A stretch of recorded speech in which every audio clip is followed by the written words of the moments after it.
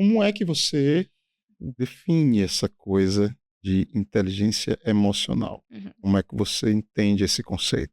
O principal eixo aqui a gente entende que é essa capacidade de percepção e entendimento dessas emoções. Então, quando a gente fala na capacidade de sermos inteligentes emocionalmente, é interessante a gente pensar numa figura que supostamente saberia lidar com essas emoções, conceituá-las, né, descrevê-las e saber o que fazer com aquilo. Sim. Mas é algo que se expande. Ser inteligente não é só a gente saber identificar, por exemplo, essas emoções, mas também o que fazer. É saber gerenciar e identificar gatilhos antes que determinadas questões aconteçam. É saber gerenciar essas relações em diferentes ambientes. Então, seja um ambiente profissional, seja um ambiente pessoal, relações socioafetivas, interpessoais. Então, é um contexto que abrange, de fato, a nossa capacidade de gerir quem nós somos nos espaços em que estamos, de uma maneira satisfatória e saudável.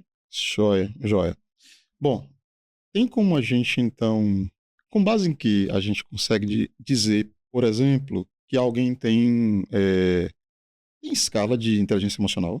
Não, Tem nós não escala? temos. Até porque eu acho que é interessante que se diga que essa capacidade de desenvolvermos uma habilidade de sermos inteligentes emocionalmente, é interessante, inclusive, que a gente não trate isso como algo a ser atingível no sentido de percentil, por exemplo, Sim, né? sim, sim. Porque é importante que a gente entenda que o Paulo e que a Mariana terão ferramentas e habilidades distintas para desenvolvermos a nossa capacidade de sermos inteligentes emocionalmente em determinada demanda.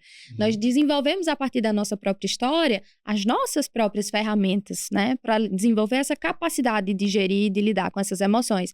Embora, para mim e para você, existam pilares que são semelhantes no sentido da observação. Nós vamos observar algumas capacidades no Paulo e na Mariana, que a gente descreve como sendo uma mesma capacidade, mas o Paulo e a Mariana terão formas diferentes de desenvolver essas capacidades, né? E acho que é importante a gente falar isso para que o sujeito que, inclusive, não leigo, né, que não entende um tanto desse conceito, se coloque nessa posição de precisar desenvolver especificamente um único caminho para alcançar essa tal inteligência emocional. Sim. Que a gente tá falando um pouco no bastidor, que parece que é algo até inatingível, né? Acho que sobretudo nos dias de hoje, nessa conduta frenética que nos exigem para que a gente rapidamente processe as coisas. Sim.